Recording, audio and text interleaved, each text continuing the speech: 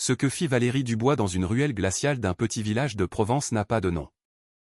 Aveuglée par une haine qu'elle ne parvenait plus à maîtriser, cette femme décida de mettre un terme à la foi de ses voisins de la manière la plus humiliante qui soit. Elle remplit un seau d'immondices humaines et, devant des dizaines de témoins horrifiés, le projeta sans la moindre pitié sur l'image sacrée de la Vierge de Guadeloupe. Elle crut qu'elle avait gagné. Elle crut que son insulte resterait impunie dans le froid sec de l'hiver provençal. Mais Valérie ignorait qu'il est des offenses que le ciel n'oublie pas. Ce qui lui arriva à peine eut-elle franchi le seuil de sa porte à laisser les médecins sans mots et la science sans réponse. Préparez-vous, car le châtiment qu'elle reçut ne fut pas physique, et la manière dont elle fut sauvée vous fera remettre en question tout ce que vous croyez savoir sur les miracles. Le village s'éveilla ce 12 décembre-là, enveloppé dans un linceul de givre et de silence, une bourgade peinte dans une palette infinie de gris et d'ocre pâle qui semblait conçue pour glacer non seulement les os, mais aussi les pensées. Au deuxième étage d'une ancienne bâtisse au cœur du village, dans le quartier du Vieux Marché, Valérie Dubois observait le monde à travers une vitre immaculée, aussi froide au toucher que ses propres mains. À 58 ans, Valérie avait transformé sa vie en un monument à l'ordre absolu, une forteresse de solitude où chaque objet avait sa place millimétrée et chaque son était proscrit. Son appartement sentait l'encaustique à la lavande et le produit pour meubles, un arôme clinique qu'elle considérait comme le parfum de la décence. Pour Valérie, le silence n'était pas une absence de bruit, mais une structure morale, une barrière nécessaire contre le chaos d'un monde moderne qu'elle ne comprenait plus et qu'elle méprisait profondément.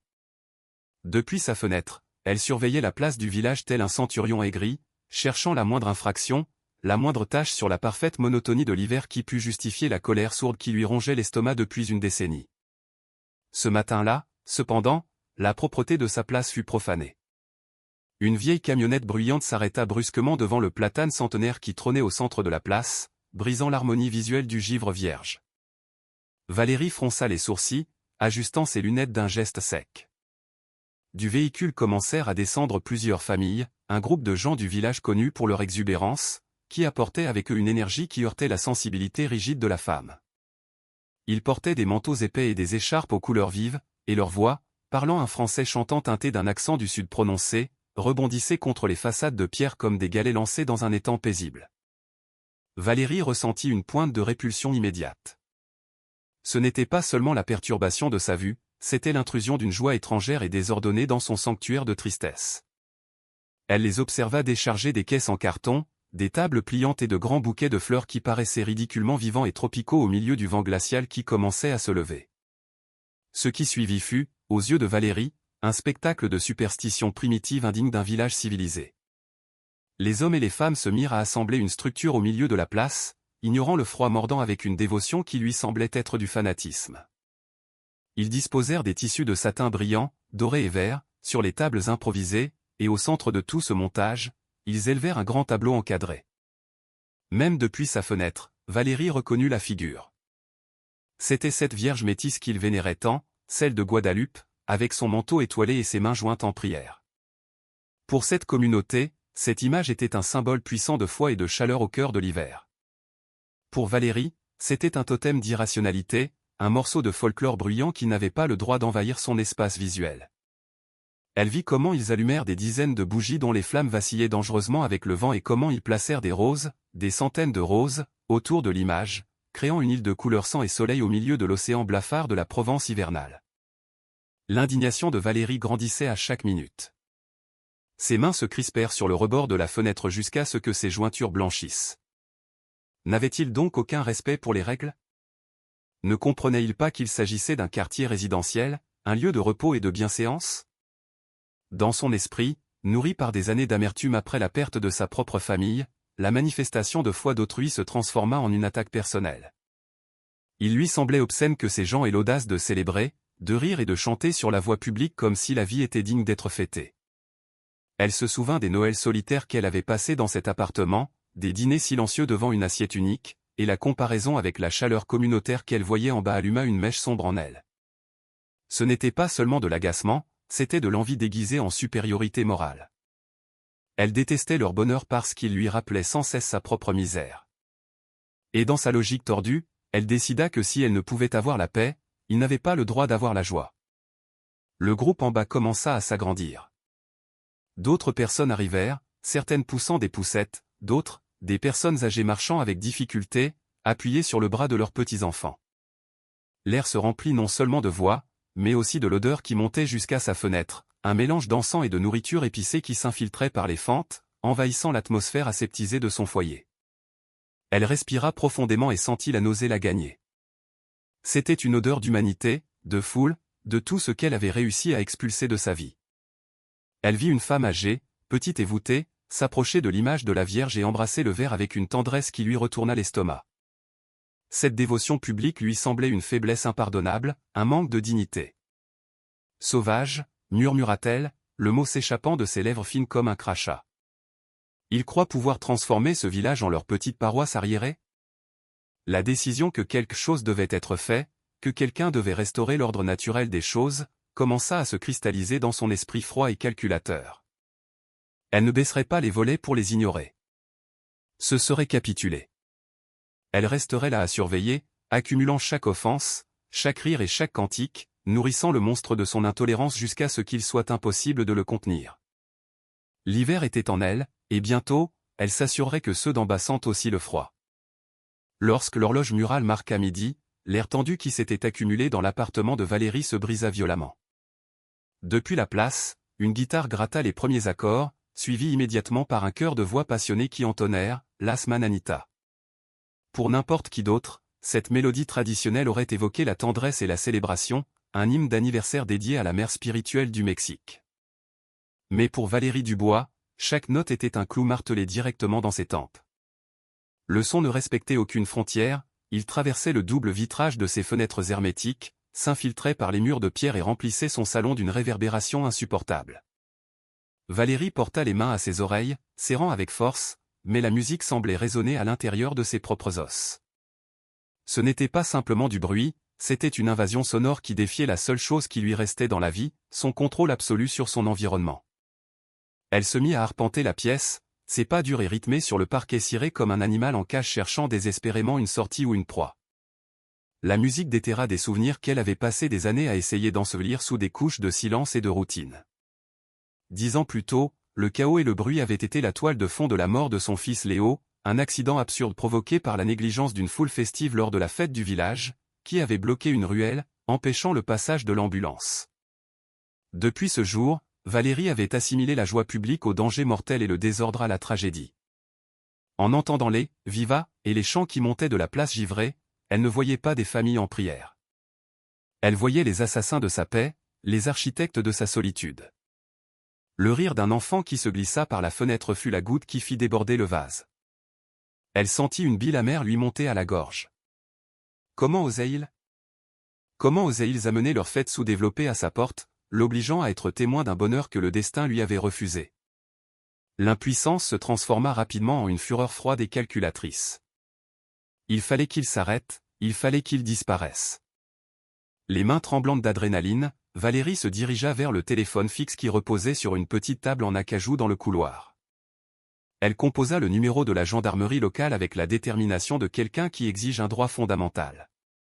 Elle attendit, tambourinant des doigts sur le bois, en écoutant les sonneries. Quand un officier à la voix lasse répondit enfin, Valérie ne perdit pas de temps en courtoisie. Sa voix sortit, tranchante et autoritaire, décrivant la situation comme s'il s'agissait d'un crime violent en cours. Elle parla de troubles à l'ordre public, de bruit excessif, d'obstruction de la voie et de danger pour la salubrité du quartier. Elle exigea qu'on envoie une patrouille immédiatement pour disperser la cohue et démanteler cette structure illégale qu'ils avaient érigée. Tout en parlant, elle observait par la fenêtre, espérant voir les gyrophares bleus mettre fin à ce cauchemar. Cependant, la réponse qu'elle reçut la laissa paralysée, le combiné pendant mollement dans sa main. L'officier, avec un calme bureaucratique qui frisait l'indifférence, lui expliqua que l'événement était parfaitement autorisé. Il l'informa que la communauté catholique locale avait demandé les permis correspondant des mois à l'avance pour célébrer la fête de Notre-Dame de Guadalupe et qu'ils avaient le droit d'occuper la place jusqu'à 18 heures. Valérie tenta de protester, arguant que le niveau de décibels était inacceptable, mais l'officier la coupa sèchement, lui suggérant de fermer ses fenêtres si cela la dérangeait, et lui rappelant que la tolérance culturelle était une valeur importante dans la France contemporaine. Lorsque la ligne se coupa avec un clic sec, Valérie resta à regarder le téléphone comme s'il s'agissait d'un objet étranger. Le système l'avait trahi.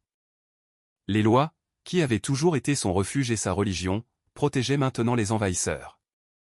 Ce fut à cet instant de silence post-appel, tandis qu'en bas le cœur éclatait en un « Viva la Vierge » tonitruant, que quelque chose se brisa définitivement en Valérie. Elle se sentit trahie par son propre pays, abandonnée dans sa propre maison. La logique se tordit dans son esprit fiévreux. Si la gendarmerie n'allait pas nettoyer la saleté, alors il était de son devoir civique et moral de le faire elle-même. Elle s'approcha de la fenêtre une fois de plus. En bas, l'image de la Vierge semblait la regarder directement, entourée de fleurs et de lumière, se moquant de son obscurité. Valérie sentit que la statue et les gens la défiaient, se riant de sa solitude et de son impuissance. Non, elle n'allait pas le tolérer. Elle n'allait pas se cacher derrière ses rideaux pendant qu'il transformait sa rue en carnaval. Une idée sombre, née de la répulsion la plus viscérale, commença à prendre forme dans son esprit. Elle se retourna et se dirigea vers la cuisine, non pas pour se préparer un thé, mais pour chercher le seau à récurer. Ses yeux se posèrent sur les produits de nettoyage sous l'évier, mais son instinct lui demandait quelque chose de plus fort, quelque chose qui non seulement nettoierait, mais humilierait, quelque chose qui leur ferait ressentir le même dégoût qu'elle ressentait pour eux. La graine de la haine avait germé et exigeait maintenant une récolte immédiate. La décision s'était solidifiée dans l'esprit de Valérie avec la dureté du ciment. Il n'y avait pas de retour en arrière. Elle se dirigea vers la salle de bain, un espace de carreaux blancs immaculés qui brillait sous la lumière fluorescente, et prit le seau à récurer en plastique gris qu'elle gardait sous le lavabo. Mais l'eau savonneuse ne serait pas suffisante. Sa colère exigeait quelque chose de plus viscéral, quelque chose qui dégraderait ces intrus au niveau auquel elle croyait qu'ils appartenaient. Avec une froideur méthodique qui glaçait le sang, Valérie ne remplit pas le seau d'eau propre du robinet. À la place, elle eut recours à ses propres déchets, y versant le contenu du pot de chambre qu'elle utilisait parfois la nuit pour ne pas sortir du lit et le mélangeant avec de l'eau stagnante qu'elle avait gardée du nettoyage du balcon plusieurs jours auparavant. Un mélange de crasse urbaine et de pourriture. L'odeur qui émana du seau était nauséabonde, une puanteur acre et ammoniacale qui lui fit plisser le nez, mais qui, en même temps, lui procura une sombre satisfaction. Ce n'était pas un produit de nettoyage, c'était une arme, une manifestation physique de son mépris. S'ils veulent transformer ma rue en latrine, pensa-t-elle en voyant le liquide trouble osciller dangereusement près du bord, je leur donnerai l'ordure qu'ils semblent tant désirer. Elle se regarda dans le miroir une seconde. Son visage était pâle, ses lèvres formaient une ligne fine et cruelle, et ses yeux brillaient d'une détermination fanatique.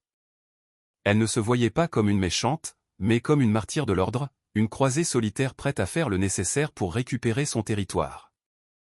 Avec le seau lourd tirant sur les muscles de son bras droit, Valérie sortit de son appartement et commença la descente par les escaliers. Elle ne voulut pas utiliser l'ascenseur. Elle avait besoin de sentir l'effort physique, pas à pas, comme une pénitence auto-imposée qui validait sa mission. Le liquide clapotait rythmiquement contre les parois en plastique, et la puanteur la suivait comme un sillage toxique à travers la cage d'escalier froide et silencieuse. Chaque marche l'éloignait davantage de la sécurité de sa tour d'ivoire et la rapprochait du champ de bataille. Son cœur martelait contre ses côtes, non par peur, mais par une adrénaline toxique qui aiguisait ses sens à l'extrême. Elle pouvait entendre les cantiques de plus en plus forts, le bourdonnement des prières répétitives, ce « Je vous salue Marie » en espagnol qui s'infiltrait par le portail de l'immeuble comme un courant d'air indésirable. En arrivant au rez-de-chaussée, Valérie s'arrêta un instant devant la lourde porte en bois et en verre. Elle inspira profondément, remplissant ses poumons d'air vicié avant de pousser la porte vers le froid extérieur. Le choc thermique fut immédiat, mais la chaleur de sa fureur la maintenait en combustion. Elle sortit dans la rue comme une tempête silencieuse. Le contraste fut brutal, le gris de son manteau et de son âme contre l'explosion de couleurs de l'hôtel improvisé. Il y avait au moins 50 personnes rassemblées autour de l'image de la Vierge de Guadalupe. Elle récitait le chapelet, un murmure collectif et rythmique qui créait une atmosphère de paix dense et palpable. L'odeur d'encens et de roses fraîches d'hiver se heurta violemment à la puanteur d'urine que Valérie transportait. Personne ne la remarqua au début. Ils étaient trop absorbés par leur dévotion, les yeux fermés ou fixés sur la « morenita » encadrée de tissu doré. Valérie avança à pas longs et décidés, rompant la périphérie du cercle humain. Une jeune femme avec un bébé dans les bras s'écarta instinctivement en voyant l'expression sur le visage de la Française, un masque de haine pure qui ne laissait aucun doute sur ses intentions. Le murmure des prières commença à faiblir. À mesure que sa présence coupait l'air comme un couteau, les dévots se tournèrent, confus au début, pensant peut-être qu'elle était une voisine curieuse, jusqu'à ce que l'odeur du seau les frappe. Elle ne s'arrêta que lorsqu'elle fut juste en face de l'autel, à quelques mètres de l'image sacrée. La Vierge semblait la regarder avec cette expression sereine et compatissante qui l'irritait tant, entourée de centaines de roses blanches et rouges que la communauté avait achetées avec sacrifice. La beauté de la scène ne fit qu'augmenter le dégoût de Valérie. « Vous croyez que c'est civilisé » cria-t-elle en français, sa voix se brisant sous la tension, déchirant le silence révérencieux qui était tombé sur la place. « Emportez vos ordures ailleurs. » Et avant que quiconque pût réagir, avant que Monique Lefebvre pût lever la main pour l'arrêter ou que les hommes puissent s'interposer, Valérie agit. Avec un grognement d'effort, elle balança le seau en arrière et, d'un mouvement violent et ample, projeta tout le contenu liquide vers l'avant. L'arc d'immondice vola dans l'air, brillant et sombre sous la lumière grise du jour. Le temps parut s'arrêter tandis que le liquide fétide impactait directement le tableau de la Vierge et l'autel. Le son du clapotis fut obscène et définitif. L'urine et l'eau sale trempèrent le verre protégeant l'image, coulant sur le visage de la Vierge comme des larmes de pourriture. Les roses, quelques secondes plus tôt immaculées, furent couvertes d'une patine brune et malodorante, se flétrissant instantanément sous le poids de l'offense. Le liquide éclaboussa également les personnes du premier rang, tachant manteau et visage de la saleté de Valérie. Un cri étouffé, collectif et horrifié s'éleva de la foule, mais fut rapidement suffoqué par l'incrédulité. Là, au milieu du givre de Provence, le visage sacré de l'impératrice des Amériques dégoulinait d'immondices. Et Valérie Dubois, le seau vide pendant de sa main et la poitrine agitée, regardait son œuvre avec une satisfaction provocante, attendant que le monde comprenne enfin qui commandait ici. Le monde parut retenir son souffle dans l'instant qui suivit l'impact. Le liquide fétide dégoulinait lentement du cadre doré du tableau, traçant des sillons sombres sur le manteau étoilé de la Vierge et tombant avec un son rythmique et obscène sur les pavés froids. La puanteur d'ammoniac et de décomposition se répandit instantanément dans l'air glacial, violant la sainteté de l'encens et des roses comme une gifle chimique. Valérie se tint ferme, les pieds plantés au sol et le seau vide agrippé comme un bouclier, sa poitrine se soulevant et s'abaissant violemment sous l'effet de l'effort et de l'adrénaline. Ses yeux parcouraient frénétiquement les visages de la foule, attendant, presque désirant, l'explosion de violence qui confirmerait toutes ses théories. Elle s'attendait à des cris, des insultes, peut-être une pierre lancée ou un homme se jetant sur elle les poings en avant. Dans son esprit tordu, elle avait besoin qu'on l'attaque, elle avait besoin qu'il prouve qu'ils étaient les sauvages qu'elle croyait qu'ils étaient, pour ainsi justifier sa propre brutalité et devenir la victime d'une populace étrangère à sa propre culture. Elle se prépara pour le coup, tendant chaque muscle, prête à fuir ou à se battre, convaincue d'avoir déclenché une guerre sur sa propre place. Mais la guerre n'arriva jamais. Au lieu de la fureur, ce qui descendit sur la place fut un silence si lourd et absolu qu'il en devint physiquement douloureux. Il n'y eut ni cri de rage, ni menace, ni mouvement brusque. La communauté se figea comme des statues de sel sous le ciel gris de Provence. Le choc initial laissa rapidement place à une émotion que Valérie n'était pas préparée à affronter, une tristesse profonde et dévastatrice. Elle vit les hommes baisser la tête, non par soumission, mais avec une honte pour elle, accablante, comme s'ils souffraient de voir jusqu'où la dignité humaine pouvait descendre. Elle vit les femmes porter les mains à leur bouche pour étouffer des sanglots qui n'étaient pas de peur, mais de pure douleur. Le pleur d'un enfant brisa le silence sépulcral. Une question innocente et aiguë adressée à sa mère, « Pourquoi la dame a sali la maman ?» Cette question, dite d'une voix tremblante, coupa l'air avec plus de tranchant que n'importe quelle insulte. Valérie sentit un frisson qui n'avait rien à voir avec l'hiver. Le manque de résistance la désarmait, la laissait exposée dans sa propre méchanceté, sans un miroir de colère où se refléter. Elle était seule dans sa haine, entourée de gens qui, inexplicablement, semblaient avoir pitié d'elle. De la foule immobile émergea une silhouette. C'était Monique Lefebvre, l'ancienne matriarche qui organisait les prières, une petite femme à la peau tannée par le soleil d'années passées et aux mains déformées par le travail dur. Elle marchait lentement, s'appuyant sur une canne en bois, ignorant complètement Valérie comme si elle était invisible ou, pire encore, insignifiante. Monique avança directement vers la flaque d'immondice qui entourait l'autel. Ses chaussures simples foulèrent le sol souillé sans hésitation. Son visage ne montrait aucune colère, mais une gravité solennelle, celle d'une mère qui voit un enfant blessé. Valérie recula d'un pas, instinctivement, confuse par la détermination de la vieille femme. Allait-elle la frapper avec sa canne? Mais Monique ne la regarda même pas. Son attention était fixée uniquement sur l'image outragée de sa foi. Avec des mouvements lents et révérencieux, l'ancienne se défit du châle qu'elle portait sur les épaules, une pièce de laine fine tissée à la main qui était probablement son meilleur vêtement contre le froid provençal. Ce qui se passa ensuite fut une image qui se graverait au fer rouge dans la mémoire de tous les présents, y compris Valérie. Monique Lefèvre s'agenouilla sur les pavés sales. Sans se soucier du froid ou de l'humidité qui trempait ses genoux. Avec une tendresse infinie, elle commença à nettoyer le verre du tableau avec son propre châle. Elle passa la laine sur le visage de la Vierge, absorbant l'urine et la saleté, nettoyant l'offense avec le vêtement qui la protégeait de l'hiver. Elle ne le faisait pas avec dégoût, mais avec un amour qui défiait toute logique humaine. Quand elle eut enlevé le pire de la tâche, Monique fit quelque chose d'impensable. Elle se pencha en avant et embrassa le verre, juste là où quelques minutes plus tôt se trouvait la saleté, murmurant des mots de réconfort à l'image comme si elle calmait une personne vivante. « Pardonnez-lui, ma mère, elle ne sait pas ce qu'elle fait », l'entendit-on murmurer, sa voix brisée par les larmes mais ferme dans sa compassion. Cet acte d'humilité radicale fut insupportable pour Valérie. Voir cette femme agenouillée, absorbant la haine avec amour, restaurant la dignité face à l'humiliation, brisa les schémas mentaux de la Française. La victoire qu'elle avait cherchée se désagrégeait entre ses mains, se transformant en cendres. Elle se sentit soudainement petite, sale et grotesque, debout là avec son seau vide, tandis que la sauvage démontrait une noblesse qu'elle n'avait jamais connue. Les yeux des autres commencèrent à se lever vers elle, non avec haine, mais avec une sorte de tristesse silencieuse qui la jugeait plus sévèrement que n'importe quel tribunal. Le poids de ce regard collectif fut trop lourd. L'air lui manqua. La puanteur de sa propre action l'asphyxiait. Sans dire un mot, Valérie tourna les talons et courut vers la porte de son immeuble, fuyant non pas une attaque physique, mais la lumière insoutenable d'une bonté qu'elle ne pouvait comprendre. Elle entra dans le hall, ferma la lourde porte derrière elle et s'appuya contre elle, haletante. Dehors, sur la place, le murmure du chapelet reprenait, plus fort et plus fervent qu'auparavant, nettoyant l'air par la prière. Valérie ferma la porte de son appartement d'un coup sec, tournant les 3 verrous de sécurité avec des mains tremblantes, comme si ces mécanismes d'acier pouvaient maintenir à l'extérieur non seulement les personnes, mais aussi la réalité de ce qu'elle venait de faire.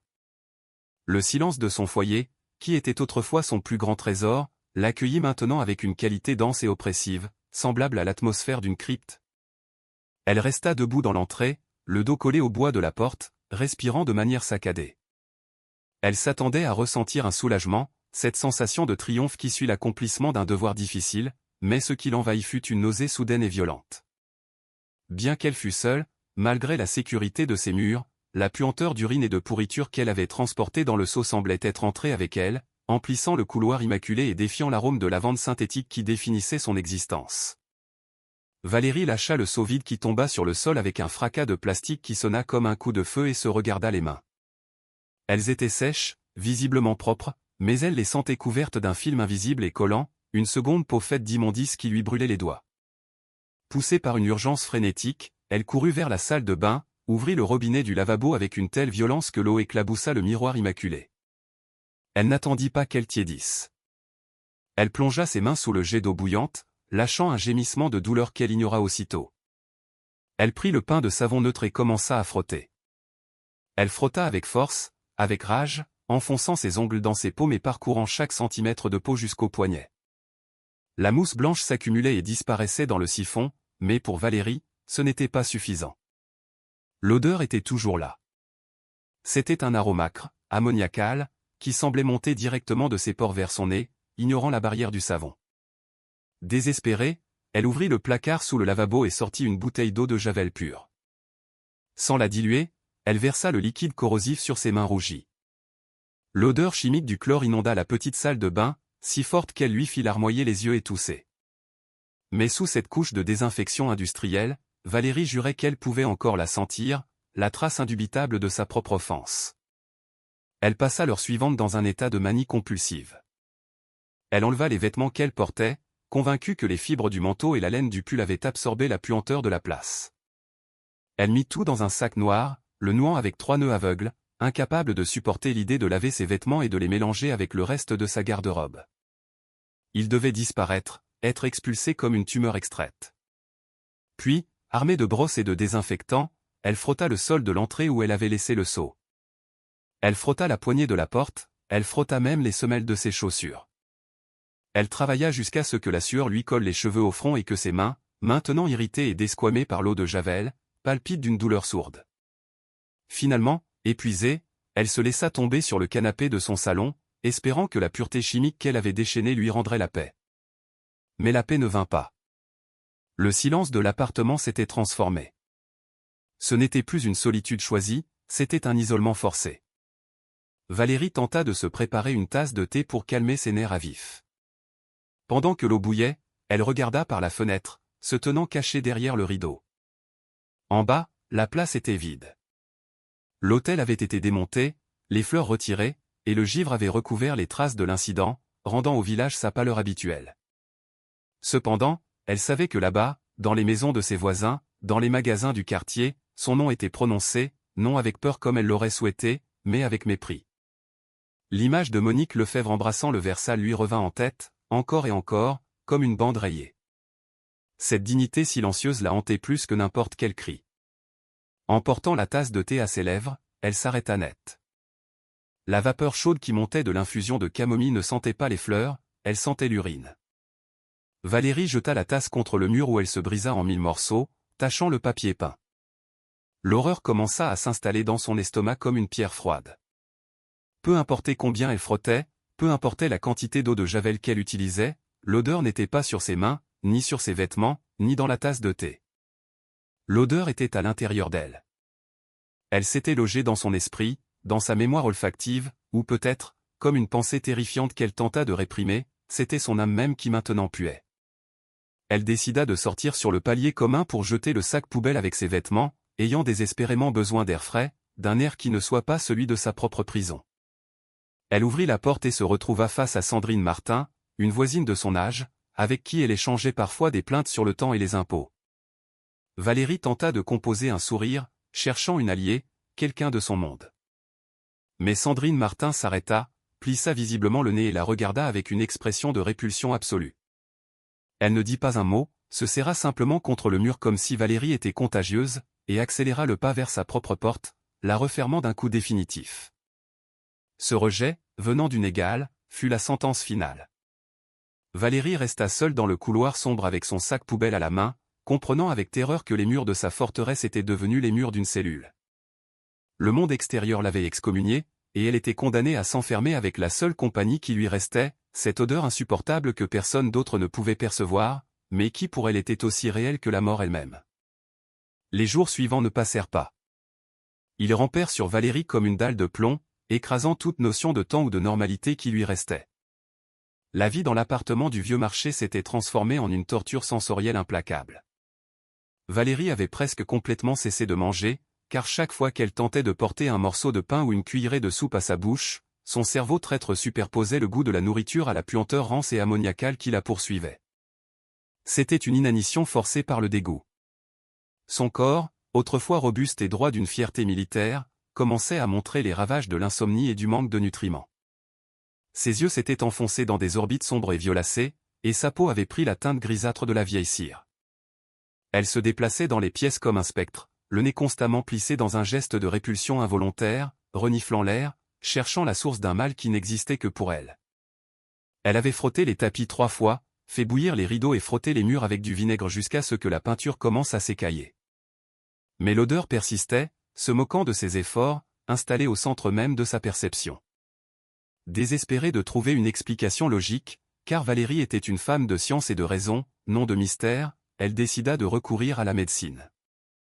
Elle sollicita un rendez-vous d'urgence avec le docteur Nicolas Moreau, un otorhinolaryngologiste de prestige dans la ville voisine, convaincu qu'elle devait avoir une infection des sinus, un polype ou une bactérie physique qui justifiait son tourment. Le cabinet était un temple de l'asepsie moderne, acier chromé, lumière blanche aveuglante et le bourdonnement silencieux de la technologie médicale de pointe.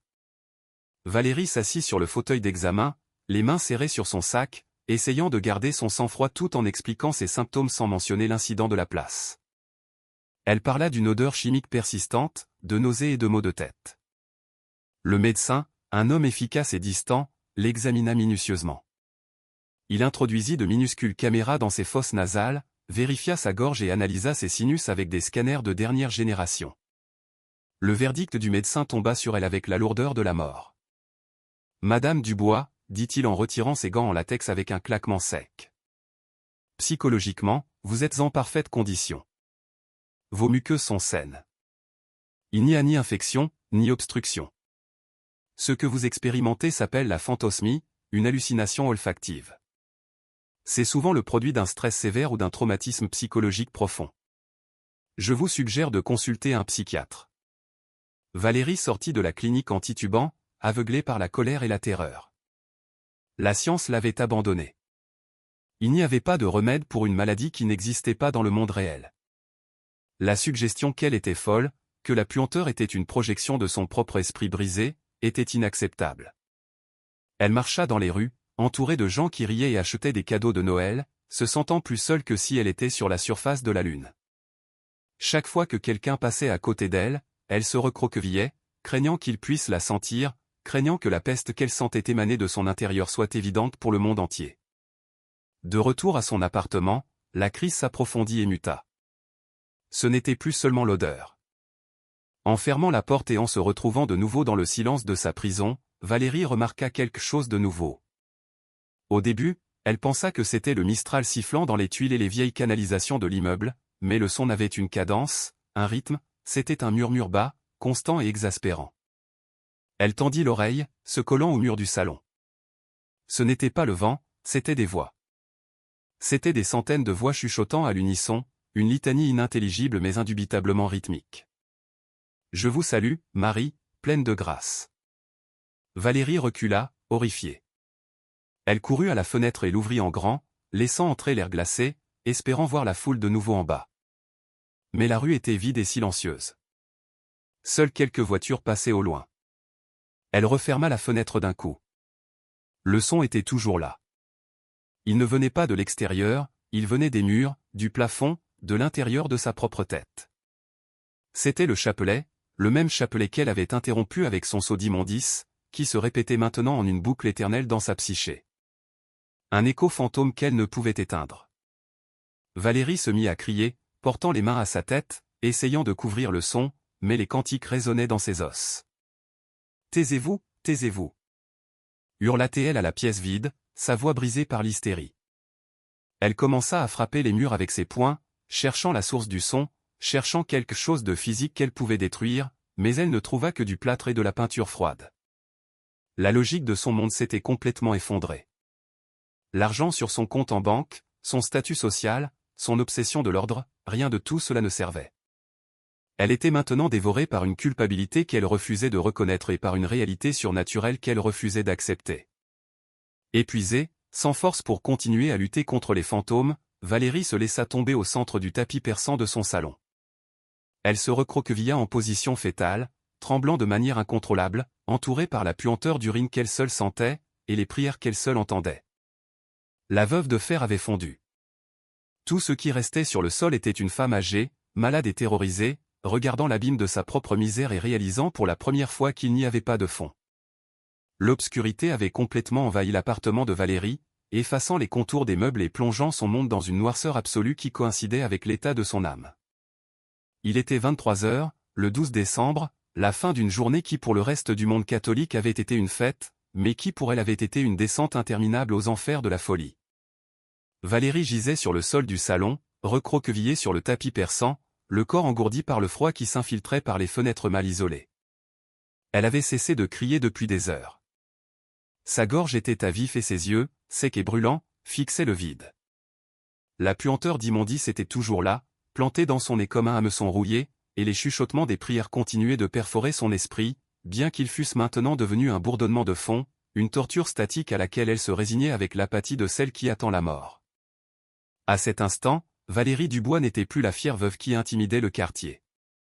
Elle était une créature brisée, convaincue d'avoir perdu la raison pour toujours et de mourir là, seule, empestant la haine. Soudain, le temps parut se fracturer. Il n'y eut pas de son de trompette ni de tonnerre pour annoncer le changement. Ce fut quelque chose de beaucoup plus subtil et, pour cela, infiniment plus puissant. En un clin d'œil, le bourdonnement incessant des prières dans sa tête cessa brusquement, laissant un silence pur et cristallin qui fit siffler ses oreilles par l'absence de bruit. Valérie se tendit, attendant que la torture auditive revienne avec plus de force, mais le silence se maintint, dense et paisible. Et alors, l'impossible se produisit. La puanteur nauséabonde d'urine et d'ammoniac qui l'avait tourmentée pendant des jours disparut. Elle ne s'évanouit pas progressivement. Elle fut éradiquée instantanément, comme si une main invisible avait nettoyé l'air de la pièce d'un seul geste. Valérie inspira avec force, confuse, remplissant ses poumons d'incrédulité.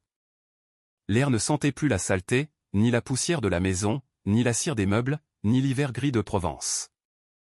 Ce qui envahit la pièce fut un arôme qui défiait toute logique géographique et saisonnière. C'était une odeur intense, douce, terreuse et enivrante de roses fraîches. Ce n'étaient pas des roses de serre, de celles qui ont à peine un parfum.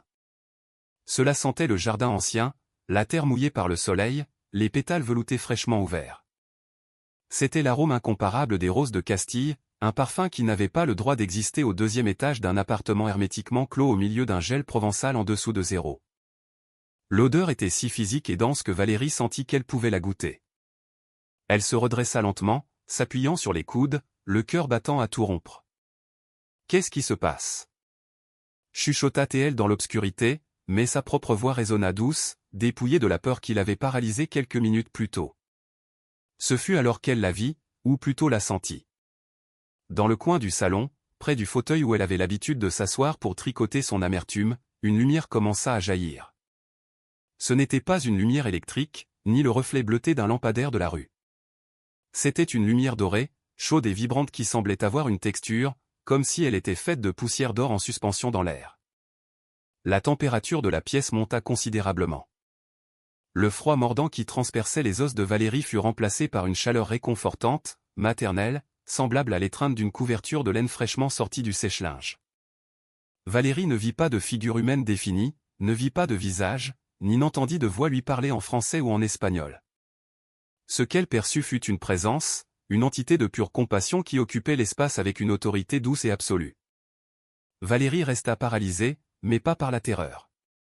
Pour la première fois en 10 ans, le nœud serré de douleur et de rage qu'elle portait dans sa poitrine commença à se desserrer. Cette présence ne la jugeait pas.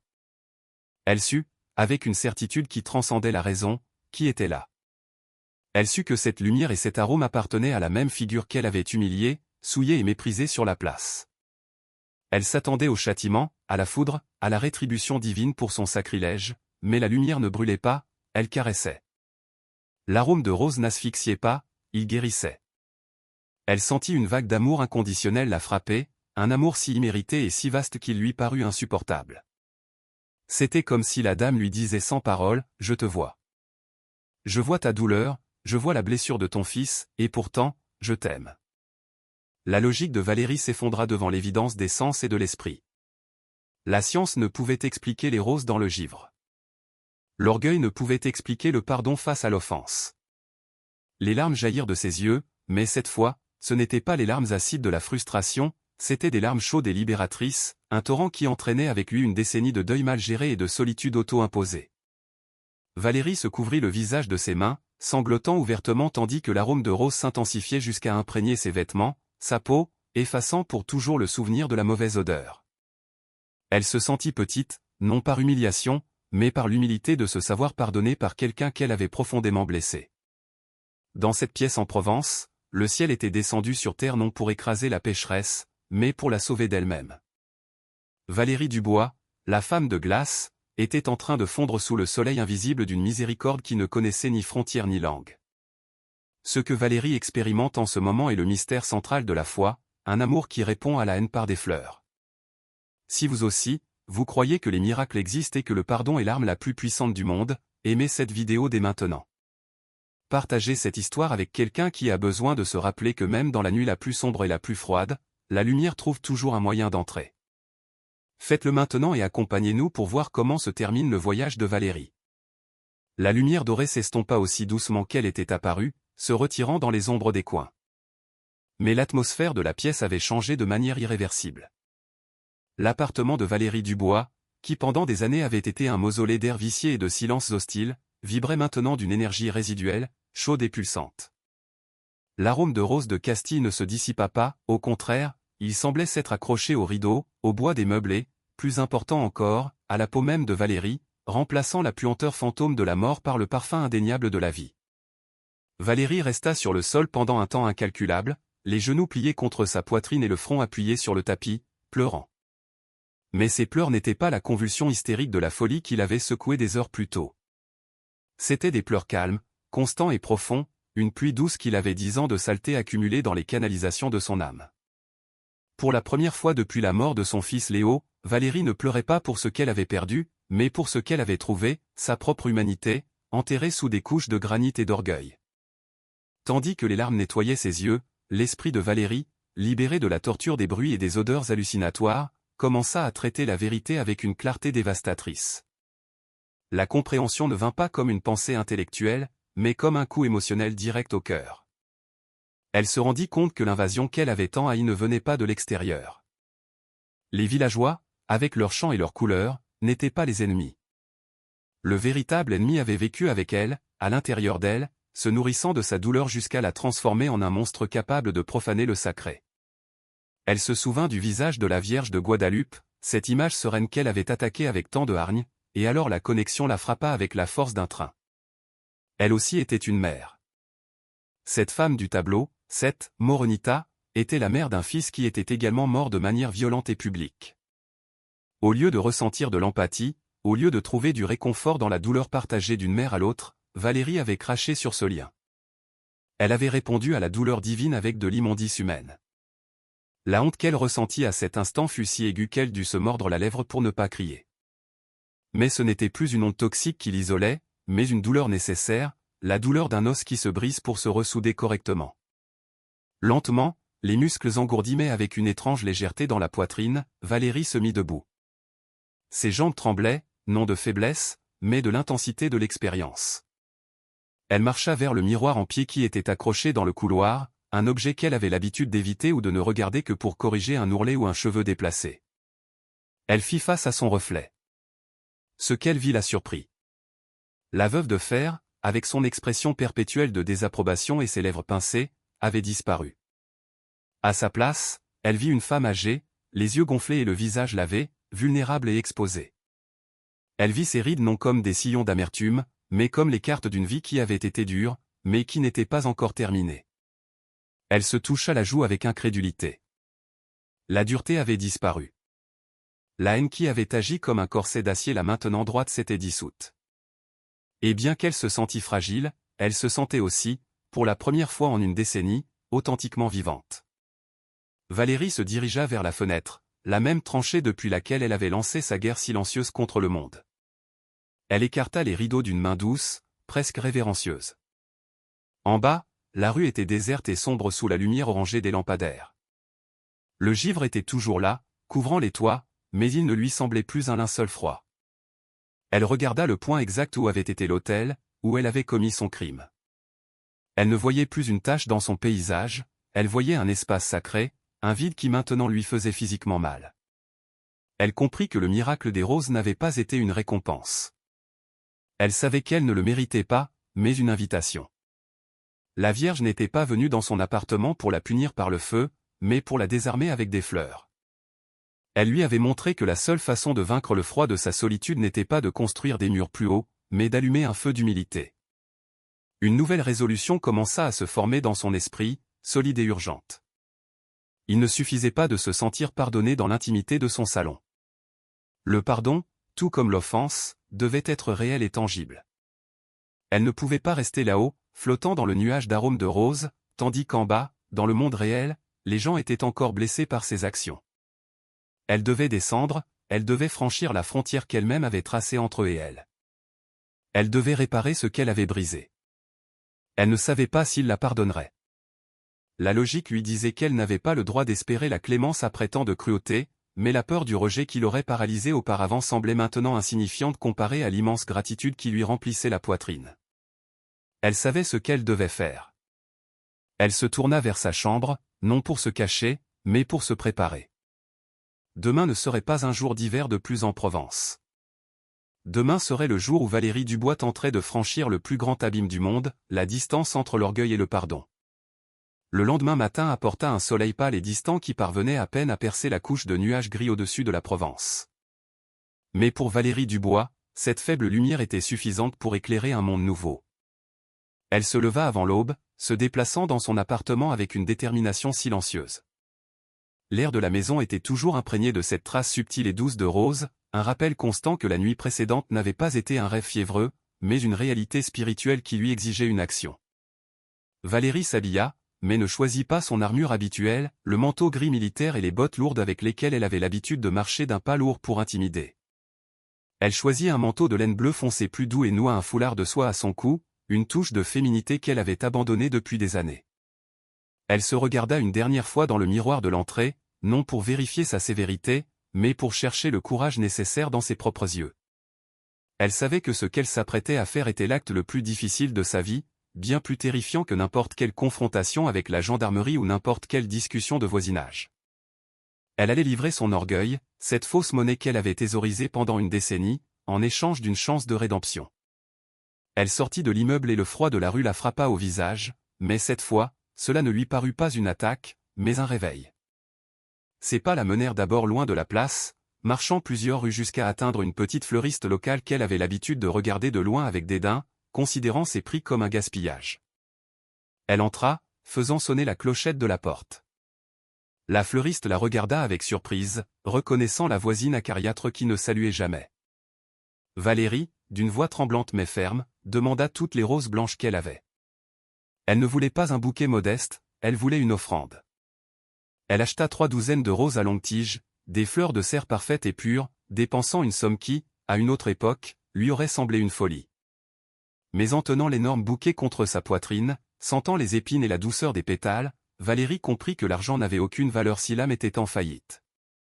Les bras chargés de blanc, elle entreprit le chemin du retour, le chemin vers sa propre honte. En tournant au coin de sa rue, le cœur de Valérie commença à marteler contre ses côtes avec une violence douloureuse. Ils étaient là. Malgré le froid et le fait que la date officielle de la fête était passée, un petit groupe de la communauté s'était de nouveau réuni sur la place. Ils nettoyaient les restes de cire des bougies sur les pavés et démontaient soigneusement la structure de l'autel pour la ranger jusqu'à l'année suivante. Le tableau de la Vierge, maintenant propre et protégé, reposait sur une table pliante, attendant d'être transporté.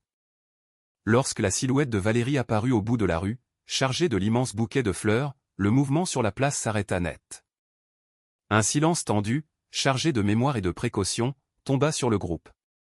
Les hommes se redressèrent, se plaçant instinctivement devant les femmes et les enfants, formant une barrière humaine. Ils se souvenaient du sceau, de la puanteur, de la haine. Ils s'attendaient à une autre attaque, une autre folie de la femme qui méprisait leur foi. Valérie sentit le poids de leur regard comme du plomb fondu sur sa peau. Chaque pas qu'elle faisait vers eux était une bataille contre son instinct de fuir, de se cacher dans sa tour et de fermer les rideaux pour toujours. Mais elle continua d'avancer. Elle ne marchait pas avec la foulée agressive d'avant. Ses pas étaient lents, presque hésitants. Elle garda la tête basse, non par fausse soumission, mais parce que la culpabilité pesait physiquement sur sa nuque. En arrivant à quelques mètres du groupe, elle s'arrêta. Personne ne dit un mot. La buée de la respiration de chacun se mélangeait dans l'air glacé. Valérie chercha parmi les visages fermés et défensifs jusqu'à ce qu'elle trouve Monique Lefebvre. L'ancienne se tenait près de l'image, tenant le même châle avec lequel elle avait nettoyé l'offense. Ses yeux sombres regardaient Valérie non avec peur, mais avec une curiosité profonde et sereine. Sans dire un mot, Valérie fit l'impensable. Là, au milieu du trottoir sale de givre et de boue, la fière femme plia les genoux. Peu lui importait que le froid lui transperce les os, ni que ses bas se tachent.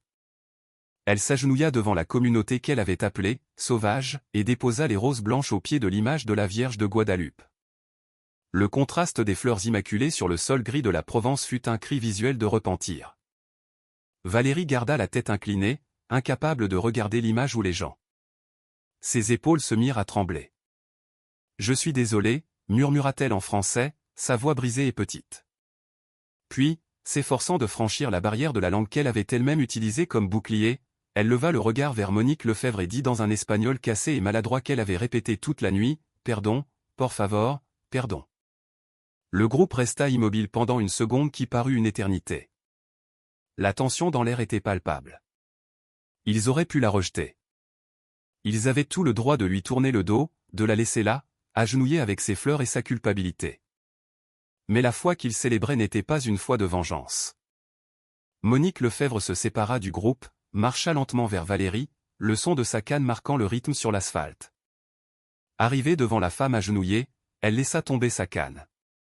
Elle se pencha avec difficulté et, au lieu de la réprimander, elle tendit ses mains calleuses et prit les mains froides et fines de Valérie entre les siennes. « Levez-vous, madame, dit Monique d'une voix douce mais pleine d'autorité maternelle. La mère ne garde pas de rancune, et nous non plus. Monique tira doucement sur elle, et Valérie, aveuglée par les larmes, se laissa relever. Et alors se produisit le véritable miracle, celui qui complétait celui des roses. L'ancienne femme du village étreignit la veuve. Ce fut une étreinte serrée, sincère, un choc de deux mondes, deux cultures et deux douleurs qui se reconnaissaient enfin. Valérie s'effondra dans cette étreinte, s'accrochant à la laine du châle de Monique comme un naufragé à une planche de salut. Elle pleura sur l'épaule de la femme qu'elle avait humiliée et sentit d'autres mains se joindre à l'instant, une main sur son dos, une autre sur son bras. Le groupe rompit les rangs et l'entoura, non pour l'attaquer, mais pour l'accueillir. Sur cette place froide de Provence, sous le regard peint de la Vierge de Guadalupe, le mur de glace que Valérie avait construit autour de son cœur pendant 10 ans s'effondra complètement, laissant place à quelque chose qu'elle croyait avoir perdu pour toujours, une famille. 12 mois se sont écoulés depuis cette nuit où l'odeur des roses de Castille a vaincu la puanteur de la haine dans un appartement du vieux marché. La Provence s'est de nouveau vêtue de blanc, couverte par ce givre perpétuel et silencieux qui définit l'hiver. Mais sur la petite place, face à l'ancienne bâtisse en pierre, l'atmosphère a radicalement changé. Ce n'est plus un lieu de conflit ni de regard furtif derrière les rideaux. Elle s'est transformée en un sanctuaire en plein air, un point de rencontre où deux mondes autrefois en collision cohabitent désormais dans une harmonie improbable et magnifique. Si quelqu'un levait les yeux vers le 2e étage, il verrait les fenêtres de l'appartement de Valérie Dubois sombres et vides. Non pas parce qu'elle est partie ou morte, mais parce que la vie, la vraie vie, ne se passe plus là-haut, dans l'isolement de sa tour d'ivoire, mais en bas, dans la chaleur du contact humain. Valérie est au centre de l'activité, se déplaçant avec une énergie qui dément ses presque 60 ans. Elle ne porte plus le manteau gris sévère qui ressemblait à un uniforme militaire, mais une doudoune d'un rouge vif qui contraste avec la pâleur du jour. Elle aide à disposer des chaises pliantes et à préparer le vin chaud, dont le parfum de cannelle et d'orange se mêle à l'air glacial. Ses mains, les mêmes qui un an auparavant ont porté un seau d'immondice avec l'intention de profaner, tiennent maintenant avec une délicatesse extrême un chiffon de velours avec lequel elle lustre une magnifique vitrine en verre et en bois sculpté. Cette structure, robuste et élégante, a été commandée et entièrement payée par elle pour protéger l'image de la Vierge de Guadalupe. Non pas des vandales, car dans le quartier, personne n'oserait plus la toucher, mais du Mistral et du gel, s'assurant que la Morenita, comme elle a appris à l'appeler avec un accent français marqué mais affectueux, est toujours un foyer digne au milieu de l'hiver européen. Valérie est devenue, par choix propre et par acclamation populaire, la gardienne officielle de l'hôtel, chargée de veiller à ce que les fleurs soient toujours fraîches et les bougies jamais éteintes. Pendant qu'elle travaille, une petite fille s'approche, Chloé, la petite fille de Monique Lefebvre, qui tire sur sa manche avec confiance. Valérie s'accroupit, et ses genoux ne craquent plus sous le poids de l'amertume. La fillette lui offre un gobelet en carton fumant rempli de chocolat chaud. Valérie l'accepte avec un sourire sincère, un sourire qui atteint ses yeux et adoucit les lignes de son visage. Elle échange quelques mots avec l'enfant dans un curieux mélange de français et d'espagnol de base, une langue hybride née de l'affection, où « donc » et « gracia » se sont transformés en « merci » et « por favor » qui s'entrelacent naturellement. À quelques mètres, Monique Lefebvre observe la scène, assise sur une chaise pliante, enveloppée dans des couvertures. L'ancienne matriarche hoche la tête avec cette sagesse tranquille de celle qui sait que les miracles ne sont pas toujours des éclairs et du tonnerre, mais parfois simplement le changement silencieux d'un cœur de pierre en un cœur de chair. L'amitié entre la veuve française et la grand-mère du village s'est cimentée lors d'après-midi de thé et de café, où, sans avoir besoin de beaucoup de mots, elles ont partagé la douleur des pertes passées et l'espoir de la foi présente. Lorsque l'horloge sonne midi et que les guitares commencent à jouer pour lancer la célébration, Valérie ne se bouge pas les oreilles. Au contraire, elle se joint au cercle. Sa voix, bien qu'elle ne connaisse pas parfaitement les paroles et détonne légèrement, se joint au cœur des Mananitas. Elle chante avec force, fermant les yeux, se laissant emporter par la mélodie qui, un an plus tôt, lui semblait un bruit infernal et qui maintenant lui sonne comme une famille. À cet instant de chant partagé, Valérie lève les yeux vers son ancienne fenêtre. Elle se souvient de la femme qui y vivait, cette ombre amère prisonnière de sa propre douleur, et ressent une profonde compassion pour elle, comme s'il s'agissait d'une étrangère morte il y a longtemps. Elle comprend enfin que le miracle des roses n'était pas seulement pour sauver l'image, il était pour la sauver, elle. La Vierge n'avait pas besoin de défense. Valérie avait besoin de rédemption. Et elle l'a trouvée, non dans la solitude aseptisée, mais dans le désordre béni, bruyant et coloré de l'amour du prochain. La célébration continue sous le ciel d'hiver, un témoignage vibrant que la foi n'a pas de frontières et que l'amour est la seule langue universelle.